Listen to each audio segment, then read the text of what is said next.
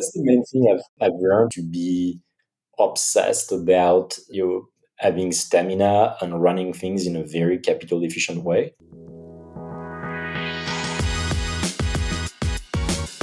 Welcome back to Series 10 of 40 Minute Mentor, the podcast on a mission to raise aspirations and inspire the next generation of category-defining founders. From purpose-led entrepreneurs to Olympic champions, you'll learn firsthand from today's successful leaders on what it takes to be brilliant, all in just 40 minutes. Today, we're joined by Nicolas Brusson, the co-founder and CEO of French unicorn BlaBlaCar.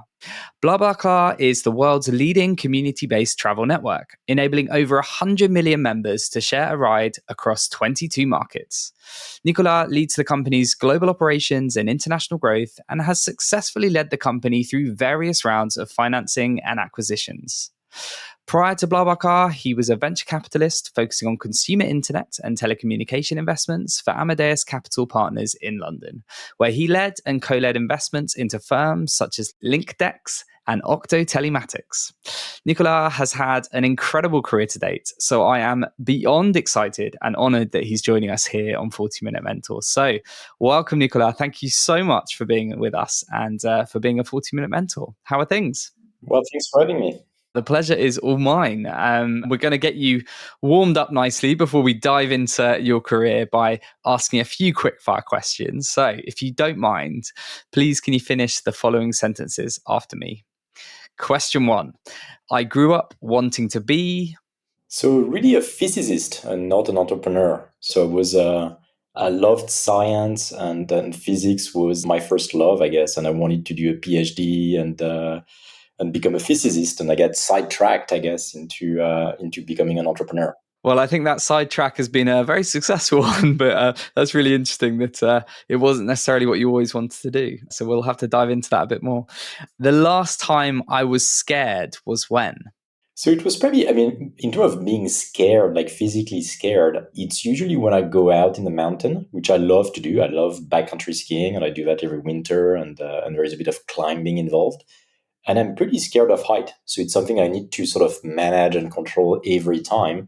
But I would say last time was last winter, but it's like almost every winter where it's something I need to sort of like manage. And for people who have that, they would understand because it really gets you in the belly and you feel like you're losing control when you're scared of height. So in terms of like physically being scared, that's the moment where I really feel it in my guts. So it's provoked though. So I'm not sure. Yeah. It's interesting that you still put yourself in those situations because it's something you clearly love. And I said that it probably says a lot about you. You're willing to take the risk and deal with that fear. To be fair, I love everything else. I just need to enjoy the rest. You need to overcome that fear, and that's sort of a mental exercise. And it takes a lot of energy. Like when you're scared of height and falling and you need to manage it. You can. What you realize is over time you get better and better, so you get accustomed to it. But it takes like mental and physical energy and control. But you are genuinely scared. Like you realize that your body is telling you like something is wrong. You're gonna fall. Well, there's probably some similarities there with entrepreneurship and various aspects of founder life where you're having to do things that are uncomfortable. Yeah, no, there is. Although I think it always takes a different shape in a sense that it's never for me like if you ask me, like, am I concerned about the business? Am I anxious every now and then about stuff that could go wrong, that bets you make that don't turn good? Yes, but it's rarely the same sort of physical feeling, or at least I don't react this way. I'm maybe introvert or brainy, I would say. So I don't react physically to those sort of like work-related issues and anxiety. It's very different when you're just in a mountain and you feel like, okay, well, I'd rather not fall here. There's a bit of a no-fall zone. And you really feel like your whole body reacts. And it's that moment which to me, it's like, it means being scared. Your body overrides your brain. So your brain will tell you it's going to be okay, like you're not going to fall, but your body is reacting in a very different way. So. Yeah, no, it's really interesting. Thank you for sharing. And I'm sure there are lots of people listening to this that can relate to that feeling. The most memorable day in my career was? It was in early 2012 when essentially two things happened within the same 2 or 3 days. My daughter was born, which has nothing to do with the career per se. And we announced the fundraising of Excel. And that's when BlaBlaCar raised $10 million. And it was after like a long period, which maybe we're going to talk about, of being under the radar and people not believing in the model. And that was sort of the turning point where BlaBlaCar was finally becoming a thing. And we had the backing of Axel, which is, as you know, one of the top big brand name everywhere, in London specifically, but everywhere in the US as well. And all of that could have been like a very stressful moment where lots of things could go wrong. Between like my girlfriend giving birth, first daughter, the funding that could go sideways, and da da da. And I have like a great memory of that because it sort of worked out, and I was in the zone, probably not sleeping for like, I don't know, 3 days, but I had that level of like stamina and energy because and it all worked out beautifully. And to date, I think it's maybe the most powerful emotions packed in like, I don't know, 48 hours essentially. And it's going to be hard to top. And I guess now physically, I'm not even sure I could do another 3 days with that level of intensity. That was interesting. So, and again, it could have been like for most people, it could have turned into like a horrible, stressful moment. But somehow for me, it's a beautiful memory. So, Wow, that's amazing. I love how those two incredibly important moments collided. I guess on the flip side, my biggest failure to date is. yeah, so biggest failure. So I'll mention one. It's always something I struggle with in a sense that I have plenty of, as entrepreneur, you make plenty of mistakes at the end of the day. The question I ask myself is like, which one do I regret or I will not do all over again because it was part of the process? And there are very few. So I would say one thing that we missed on was probably around like 2015, 16, when we were very focused on, which was maybe the right thing to do, but we're very focused on expanding BlaBlaCar globally, launching new countries, opening new markets outside of Europe. We sort of missed out on the level of competition and deregulation of the transport market in Europe. So that's when like trains started to react, long distance coach was starting to take off. And back then, I think strategically, we thought, well, all of that is very capital intensive, lots of companies wasting tons of money and it won't last. And I think what we got wrong back then was the strength of the financial market, or the ability or willingness to fund companies or ventures or train companies willing to finance at a loss operations for a very long time and creating more competition in the market is something we probably ignored for a bit too long. And we reacted around 2018, 2019. And if I think back about that, it was probably a bit of like a mix of like arrogance on our side, but it's also like you're looking at your belly button. I don't know if you have this expression in English, like we say that in French, like, where you just look at yourself essentially. And I think there was a bit of that essentially during that period where you felt like, okay, it's all about the sharing economy and we have like a superior model and it's all going to work out. And I think we could have adjusted to what we are today, this more like multimodal platform offering a mix of buses and cars and train and something that's more a mix of disruption and mainstream to some extent. Airbnb did that pretty well. If you think of it, it went from like a C2C marketplace to a mix of C2C and truly B2C because you have lots of short-term rental within Airbnb. And I think that sort of like evolution, we were not well enough surrounded, maybe not enough self-aware.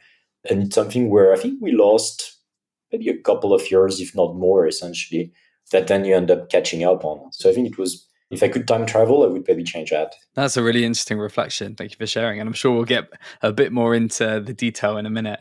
Final quickfire question. If there was one thing I could change about entrepreneurship, it would be. Yeah, so if I go back to my early days, essentially, I didn't know about startups and being an entrepreneur. It was not part of, my family was not a family of entrepreneur. It was a teacher and my mom was a doctor, and they had the same job, and they had the same job essentially all their career, living in the same place, and no one in the family had that.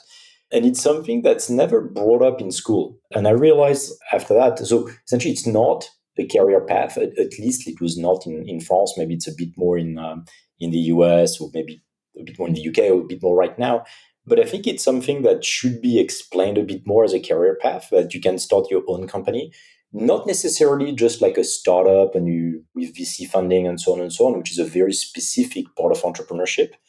But essentially, like, you're trying to become an employee. Essentially, if you think of like schools prepare you to be an employee, and it creates a divide later on where you have kids whose parents or someone in the family have been entrepreneurs and they have the code and they understand it's a possibility, and kids that just it's not even there, as it's not even an option. It's, I mean, intellectually they understand what it is, but it's not an option because they don't have any pattern recognition to get into that. So I'm guessing school has a role to play where it should be introduced a bit more, like maybe a few entrepreneurs should come like earlier, right? Not at business school, like really earlier when kids are like, whatever, like 12, 14, at the time I was in love with physics. It would have been interesting to also see some guy saying like, hey, I started my company and here's the journey.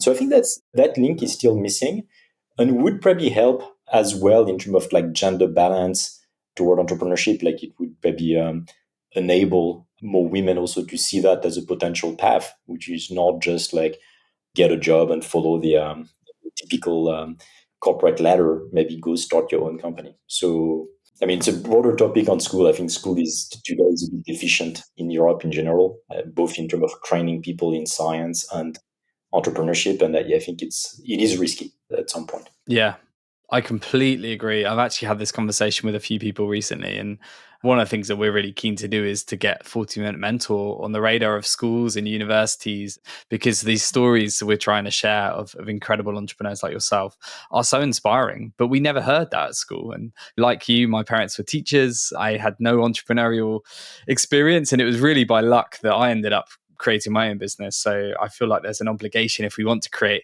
if we really want to drive innovation, then it's a great opportunity to get kids learning. I love how already in these quickfire questions we've already got quite deep on stuff. So I'm really excited to talk more about the BlaBlaCar journey. But before we get on to that, I guess wanted to quickly understand a bit about your own upbringing in the earlier parts of your career. So do you mind just giving us a very whistle-stop tour of that? Because I know you ended up in VC. So it'd be good just to understand kind of a bit about the early life of Nicolas and how you ended up as a venture capitalist. Yeah, so as I was saying, as a student, I was very attracted by science and physics in particular, and I loved essentially the fact that you could sort of model and explain the world with equations, which is, if you think of it, that's physics. It's just like what Newton did like a long time ago, and trying to find a model on why things fall down and so on and so on. And my early career, and again, nothing to do with companies, startup, or anything like that, which I knew nothing about, frankly, in '99. And I moved, so post my studies in France, I moved to Berkeley to do a PhD essentially. So the goal was to do a PhD in physics and probably work in a lab and do some research. And again, like, my hero would have been like any Nobel Prize winner in physics. I'll tell you a side story on that actually. And I ended up there in 99, 2000 when it was the dot-com boom and it was the telecom boom. And I had a degree in physics and more specifically in optical science. And it was at the time, so most people, I mean, some people might remember, most people would not even know, but it was the time where the old like fiber optic network was being built and the first internet companies were being built, right? In 99, 2000 was a big dot-com telecom boom.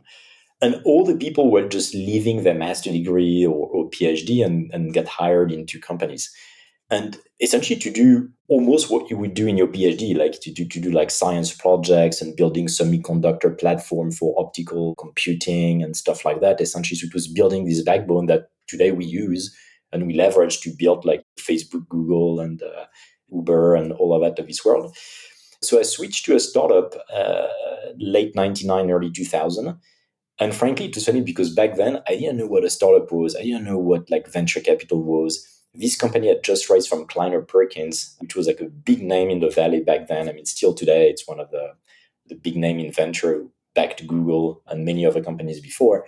I didn't know anything about that. So I remember like I joined the company and they told me like, oh, we get funding from Kleiner Perkins. And I was like, who's Kleiner? Who's Perkins? Like, who are those guys? And that's how I get into, through like being a physicist, essentially, I get into a pretty early stage startup. And then we had like a very rough path, right? Because so I joined, we were about 30 people. Then we've done like another fundraising of roughly 80 million, which back then was huge. I mean, today it's still significant, but back then it was like one of the big fundraising. in the valley. So Kleiner Perkins put more money. You had more Davido, Intel Capital, a bunch of at least like the well-known VCs of that era. And then 9/11 came, and 2002 was a very different story. It was the downturn of, I mean, dot-com crash and telecom crash. It was like a massive downturn in the old Silicon Valley ecosystem. And we went from 150 people to 12. And that was one of the few survivor in that series of layoff. And frankly, we were left with a few engineers, the CEO, the CFO, and a couple of folks essentially just to be able to run the shop. So we went chapter 11 and we had to rebuild the company.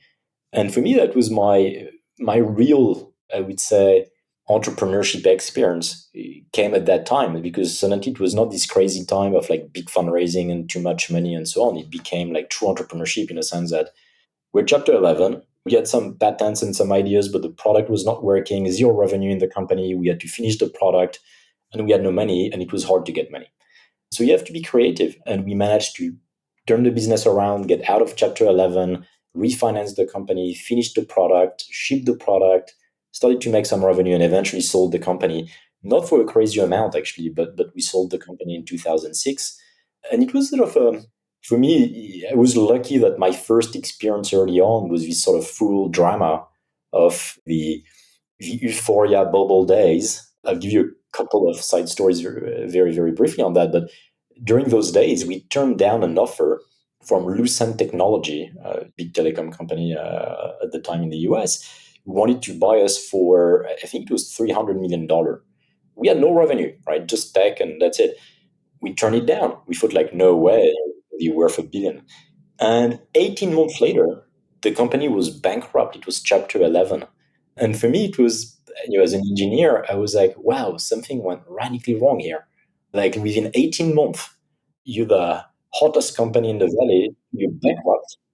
But guess what? Like, things like that, talking about mentoring, I see a lot of companies are going to go through that, because 2021 was a bit like 2099. There was a bit of euphoria, crazy valuation, big massive funding in companies whose business model is a bit broken or needs to be revised.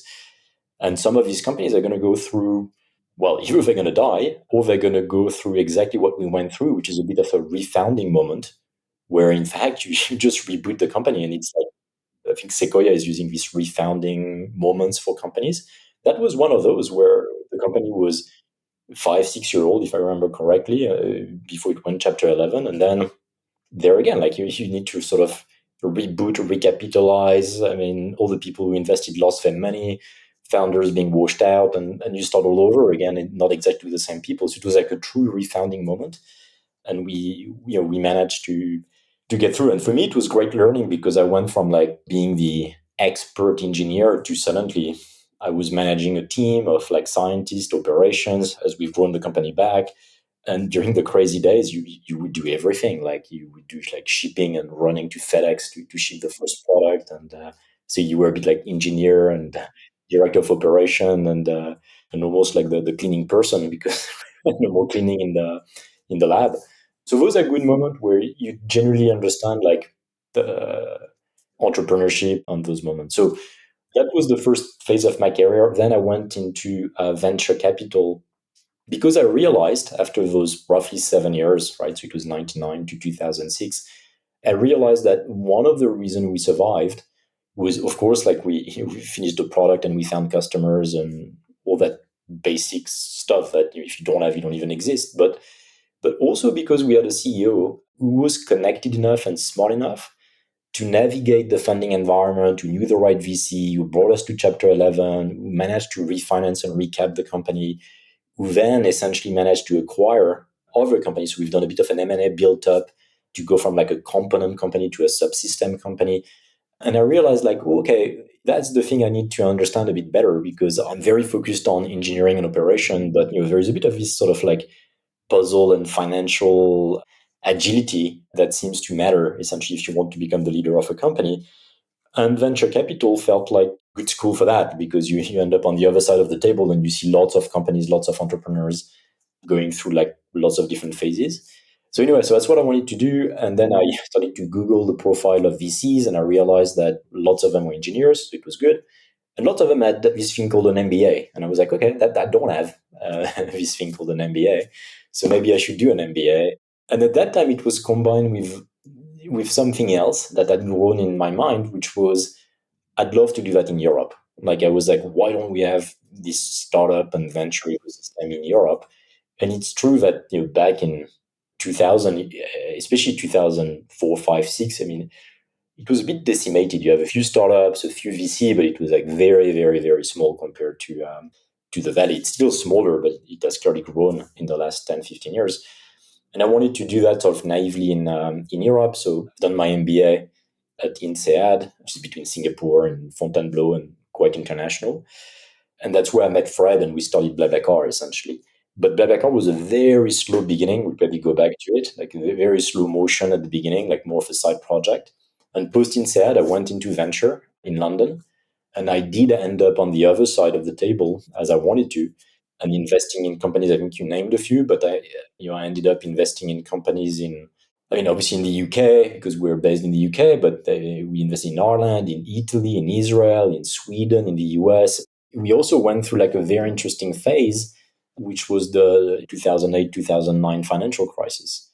So not only it was an interesting journey to be on the VC side of the table, it was at a time of challenges, right? So when companies were clearly getting challenged, venture capital firms itself were getting very challenged.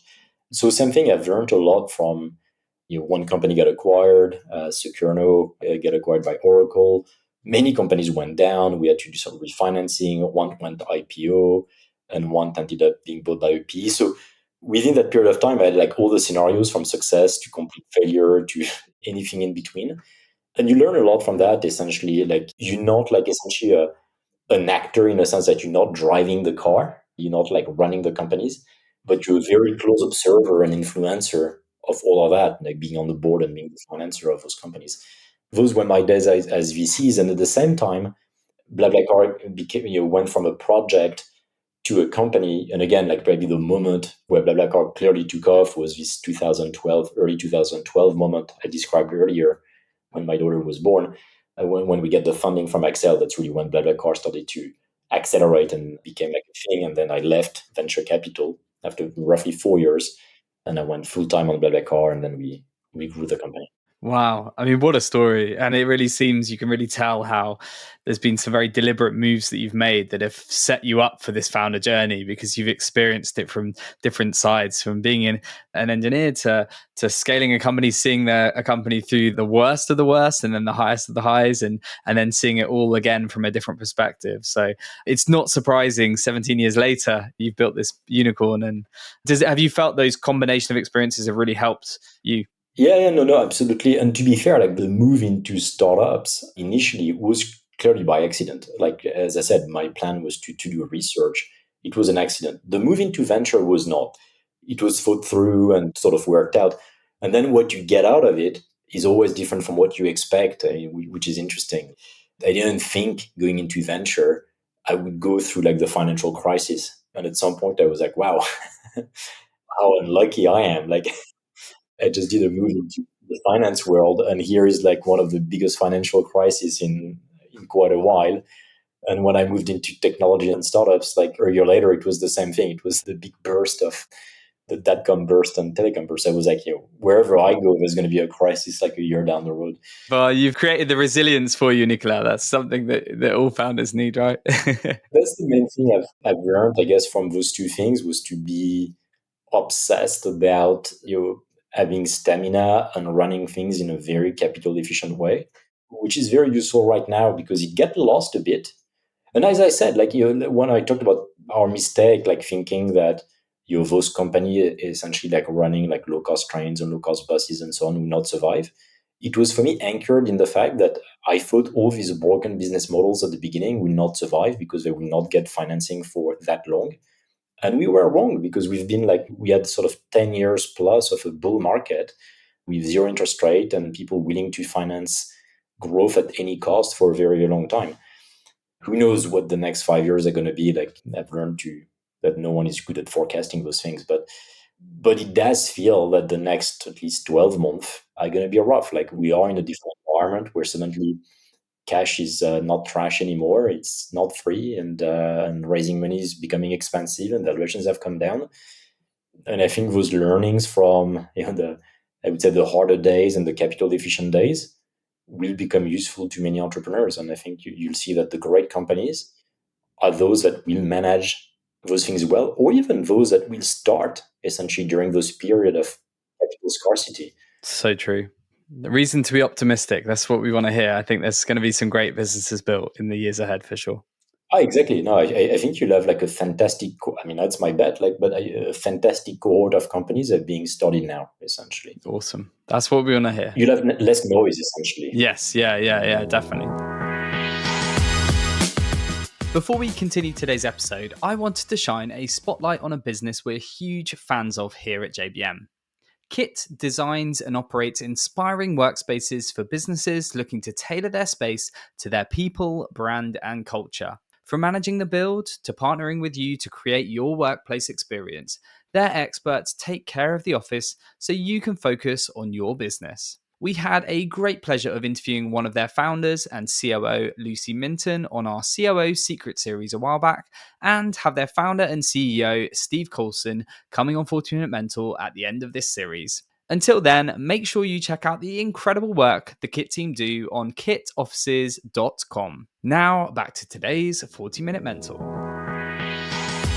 We've kind of teased our audience with some insights into BlaBlaCar's journey, but for anyone that doesn't know the business as well, I feel like we should probably, because it sounds like from what you described, it started as a bit of a project. So do you mind sharing a bit more about the origin story and I guess the evolution of BlaBlaCar to what it is today, I guess, for anyone that may not know the business as well? yes.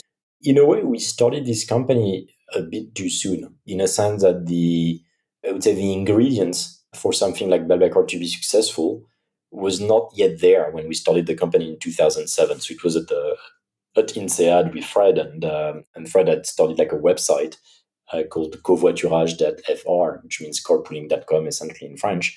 And it was pre-iPhone. Facebook back then was still a closed network, so you had to sign up with your university email. I think it just opened up around that time in 2006-7. The notion that you could create a community of people sharing their car and that people would book a seat in a stranger's car, which was what we were describing back then. We were saying like, well, look, there are plenty of empty seats in cars. It's a massive waste, both economically and for the environment. And we want to build that network where essentially you can book a seat in someone else's car, which is carpooling in a way, but built as a marketplace and a transactional marketplace on the back of a trusted community. And people always saw that as hitchhiking. So initially, we were like, no, but what you guys are doing is hitchhiking online. And that's never going to work because people don't hitchhike. That's something from the 70s maybe, but people don't hitchhike anymore. And we're like, no, it's not hitchhiking. Essentially, it's a trusted community where you pre-book a seat and you know who's going to travel with you, which is very different from like, sitting on the side of the road and you don't know if you go, which is like unplanned. You have no trust, you have no payment system, you have none of that. But initially, we're stuck with that. And I would say things changed. I mean, it's a mix of things, as always, like a mix of vectors, I would say, around us that sort of made it a lot more understandable, both for consumer and VCs. And it was the fact that having a profile online became a thing. So for us, it was the first thing. Like if you go back in 2006, 2007, it was only people at LinkedIn, but it was like a small community and it was the beginning of Facebook. But having a profile online at that time meant dating, essentially. That was pretty much dating or professional networks. But this notion that I have a photo and I rate people and so on was not so much there. Obviously, like smartphones were not there. It was like iPhone came in 2007, and the sharing economy was not a thing, right? And I would say like the biggest transition for us was when Airbnb started to raise money from Sequoia, and suddenly they encapsulated that concept, which was the same as our concept, which was it's the sharing economy. So essentially, it's like using idle assets and enabling you to make more money with the room in your apartment or your apartment when you're not there, and you can rent that on Airbnb and da da da. And suddenly, it was funny like that changed because I remember around 2012 plus, when I was describing the company, suddenly people were like, "Oh, but that's Airbnb for cars." And I was like, "Yep, That's Airbnb for cars. Validation right there. Yeah. And obviously for good reasons, like it started to work and it became a thing, and people accepted that concept of you create a profile, you have these trusted profiles, and suddenly like I know you because I have ratings, ID check, and all that stuff, and I can trust you to be a good driver and not a weirdo, and there's a financial transactions and it's all safe and so on and so on. But it's interesting to see like how at some point you need, as a new idea, a new disruptor like that, you need a frame of reference. And for us, it was so hard in the early days to not be hitchhiking and to be this sort of like sharing economy and marketplace thing. And over time, because there was a movement with lots of companies, many of them actually didn't work. Actually, Airbnb is obviously the poster child of that era. Suddenly, like it changed, and today, like when I describe BlaBlaCar, people rarely say it's hitchhiking. They get it. Like they're like, oh yeah, okay, it's just a marketplace with people and profiles, and you verify, and we get used to that. Like when you take like whether it's Uber, Airbnb, or many other services, it became sort of normalized. So that was sort of the early days of BlaBlaCar. We had to keep the company going between 2007 and roughly 2011, 2012, with almost no funding. Again, because it was not yet a thing. And also the financing environment was horrendous. Like talk about it, like it was 2008, 2009, 2010. I mean, during that time, like, even like a very normal, safe idea of like replicating something that happened in the US was hard to finance. And by the way, maybe jumping on that, it was another thing that was very interesting, which I think has changed. Back then, people were also looking at BlaBlaCar thinking like, who's doing that in the US? And we're like, well, no one is. And maybe it's more of a European thing because I mean, essentially the cost of driving in Europe is so much higher because gasoline is more expensive. And also the setup of the city is so much better to do something like that than in the US, that we believe it's a European play. But I think for lots of investors, especially European one back then, it was the rocket internet era. So if you're not replicating or copying something that's in the US just to make it a European play, it's dubious. Again, I think today it has changed. Yeah, well, you've proved them wrong. Any of the doubters, the last 17 years, you've created an incredible business, which is more than a unicorn. It's been incredible. So, for anyone that just is, I guess, particularly for early stage founders, scaling founders with those big ambitions, do you mind just taking us through a bit about? Because it's not all been easy, has it? You've entered new markets, you've had to scale back, you've had to grow again. Do you mind giving us a little bit of context of where the business is now in terms of headlines, and also some of your biggest learnings from some of those challenges that you've had to face over the years? Because I think we want to be realistic to the fact that it takes a lot of hard graft to get to where you've got to. Yeah, so maybe the best way to describe that is like maybe these different phases of life for the company. So the first one we talked about, the early days, and you're just trying to survive essentially. And I think we've done that pretty well, just like being hyper capital efficient, keeping that as a project on the side, almost no employees. And the thing was sort of like growing and the product was improving. And then we started to do a bit of B2B sales, which was not like a business model we believed in, but it enabled us to get some money on the flowing a bit on the company. So it was selling essentially carpooling platform for companies, which we didn't see as a massive thing, but again, it enabled to pay the bills. Then there was like the high growth, I would say, land grabbing phase of the company, which was really between 2012 and call that 2017, 18 or something like that. And that was the phase of fundraising, unicorn. Like we became a unicorn, I think, back in, it was in 15 when Insight invested.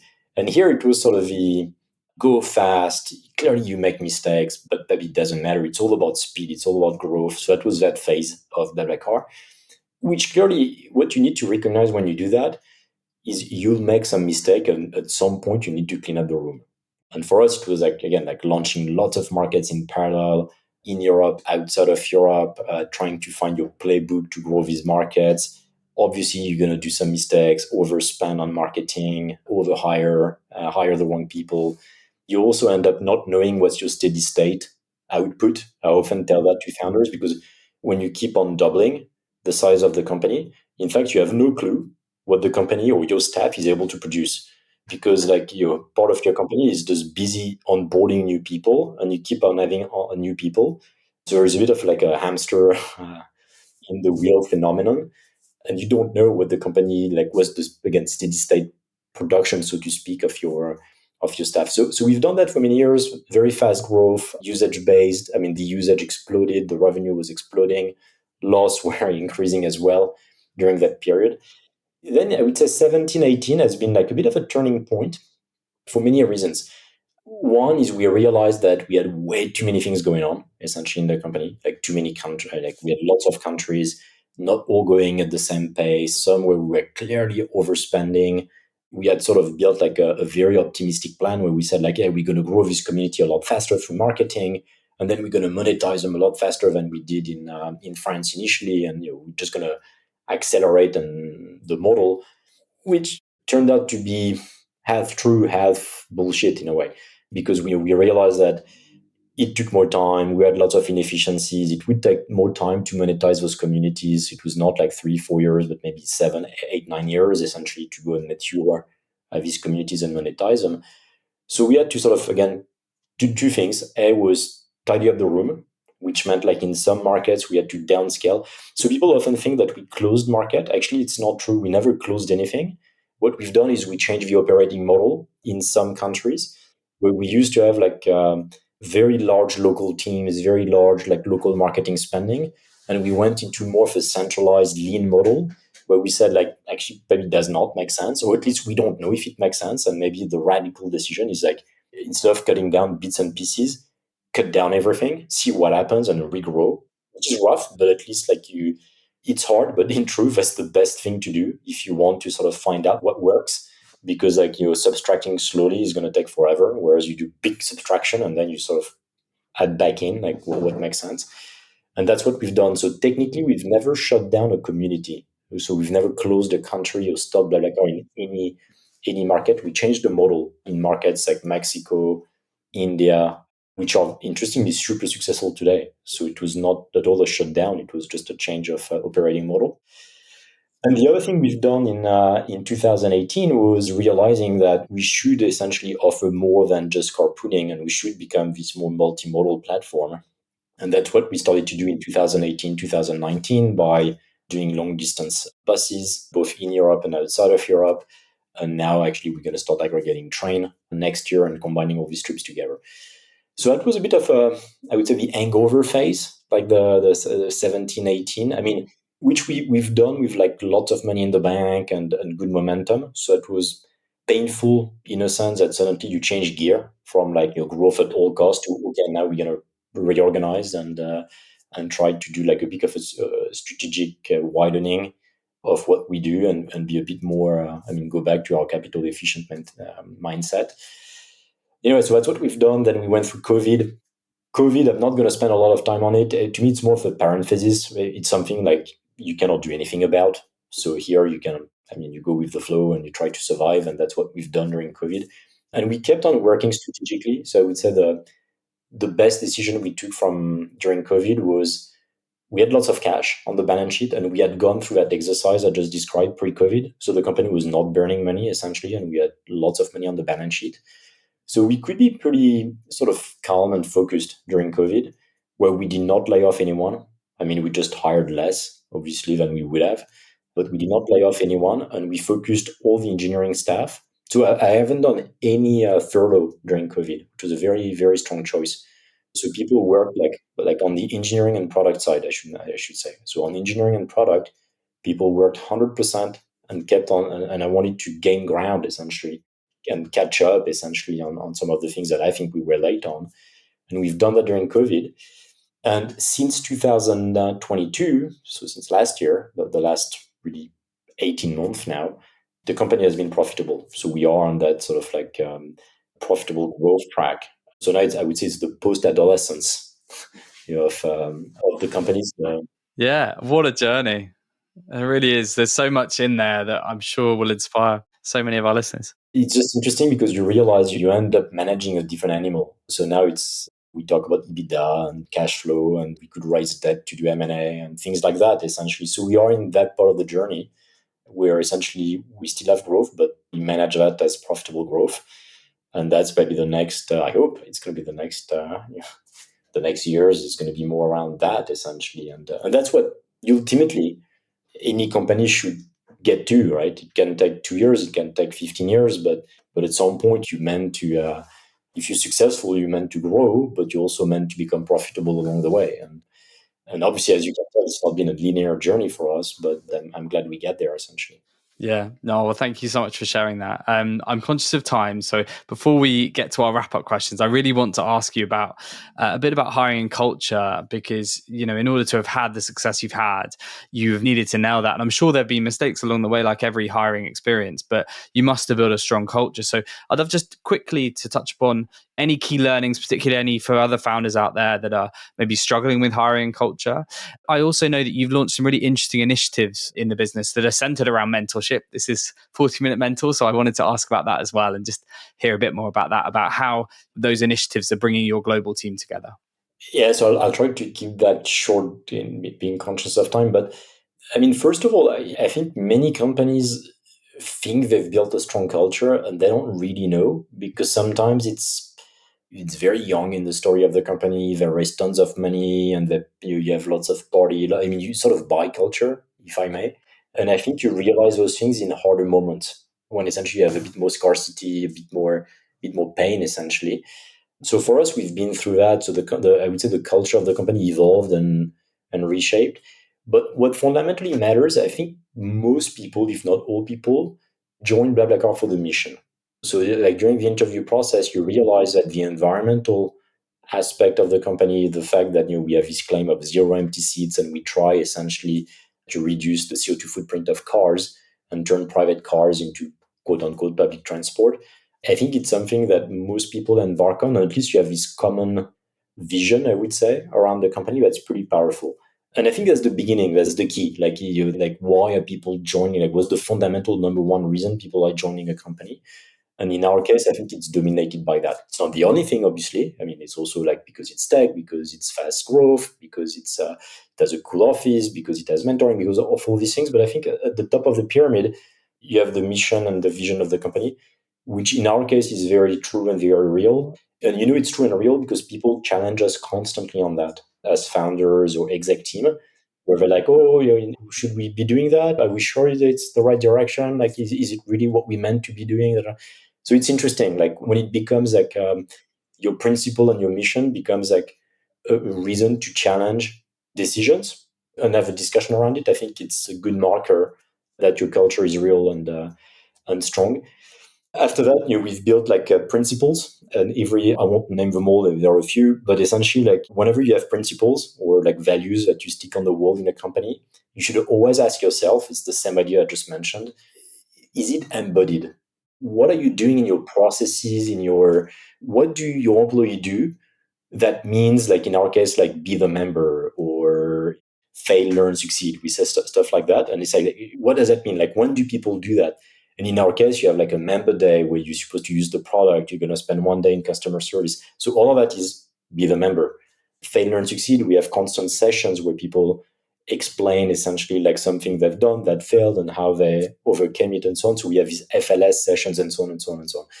And to me, if it's not embodied, and if you don't like see that people actually use that almost in their everyday vocabulary in meetings and so on, it maybe means it's bullshit. It's something that you would want to see as a founder, but it's not actually part of the culture, so to speak. So I would say like any point of cultural principle you have should be embodied through several processes or narrative, or you should be able to point to something very tangible that represent that principle.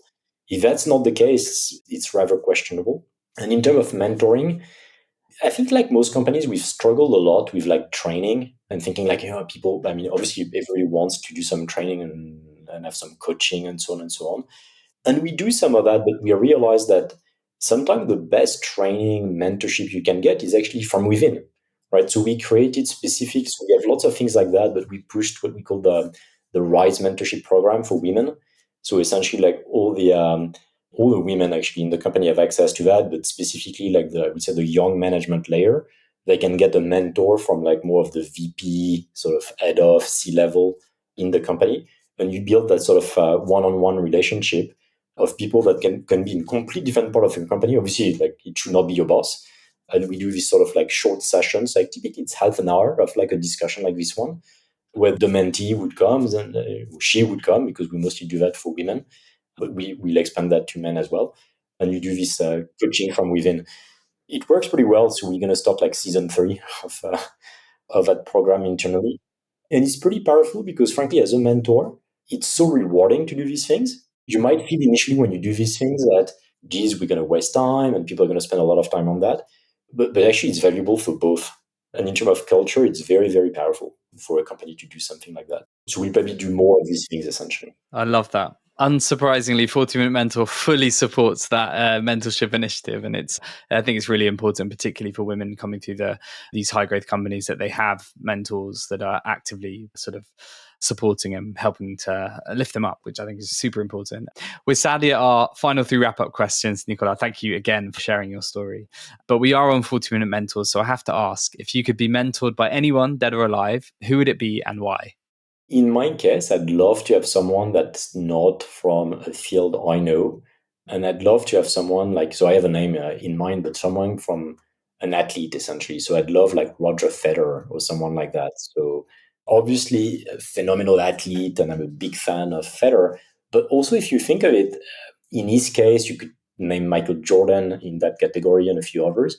He's also managed a brand and a company on the side of a tennis career, because today, like, Roger Federer is a brand, and he managed that so well. Like, you're managing his attitude, his obviously his track record and so on, and he became such a big brand. And obviously Michael Jordan is the same. Like, those guys are also very, very good businessmen, if you think of it. Yeah. No, it's so true. Tons to learn from people like that. So I think you would get essentially maybe a view on your company that's radically different from like what other people like me, like tech entrepreneurs, could give you, which is very valuable, but it's maybe easier to access. And it'd be very interesting to get like a view of someone like that, essentially, as a mentor. That's a great answer. No, thank you so much. Our penultimate question is, we get sent 3 questions by our audience who knew you were coming on. So can you say 1, 2, or 3, and I'll see what they've chosen for you? Epic. Okay, so let's go to. Okay, perfect. What's your vision for the future of BlaBlaCar? So I think we're still at the very beginning, and it's probably one of my frustration that if I look at the fundamental model of enabling people to share their car, I think we're still at the very, very beginning of that.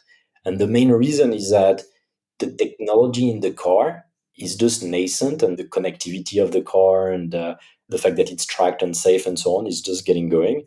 But to me, the vision is to find like more use cases for carpooling, specifically on shorter distances, on more of a door-to-door experience, where essentially what you would need to do is to replicate the convenience of a car while not owning a car and pulling people into the vehicle.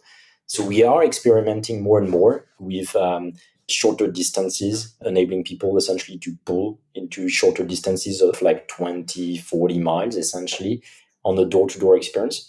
And the few experiments we do show that there is like an incredible market there, essentially, that was initially impossible to crack because it's way too hard to crack liquidity. I mean, to convince millions of people to do that. But as we already have millions of people doing that on long distances, now we can get to essentially commuting and shorter distances. So I think that's the holy grail of what we do. It's like bringing that to not just this long distance journey, but your everyday journey when you don't live in the center of London or Paris, like for all the folks living in the suburbs or in more rural area where the car dominates. I think it's still the beginning of that journey in the transformation of the car, essentially. Fantastic. And final question, if there's one piece of advice you'd like to leave our listeners with today, what would it be? Yeah, I think I'll just pass on something I've heard and that marked me from Vinod Khosla, who's the founder of Sun Microsystem and the VC at Kleiner Perkins, and then started Khosla Venture. And he was talking, it was more than 15 years ago, he was talking about the challenge of climate change and all the technologies that we need to build essentially to solve that, which clearly has not been like the main focus of venture capital and entrepreneurs in the last 10, 15 years. But I really feel now it's changing. And I think the next cycle of innovation, the next 10 years, of course, you'll have AI, you'll have lots of things like that. But I think like it has become a thing. And I think regulations and lots of policies will push essentially the environment toward these businesses. And he said, like, if it doesn't scale, it doesn't matter. He was like, the problem is so big that whatever you do, think of something that can be replicated and scaled. And it sort of marked me in the story of BlaBlaCar. And I think it should like entrepreneurs thinking about like big companies and like that want to really have an impact, they should really think about that. Like if it doesn't scale, it doesn't matter, because the problem of climate change is so big and it's going to take so long to sort of like reverse partially CO2 emissions that if it doesn't scale, it doesn't matter. I would give that as an advice. It was useful for me. So It's a fantastic place to leave this. Thank you, Nicolas, so much. I know your story will inspire all our listeners. Thank you so much. thank you.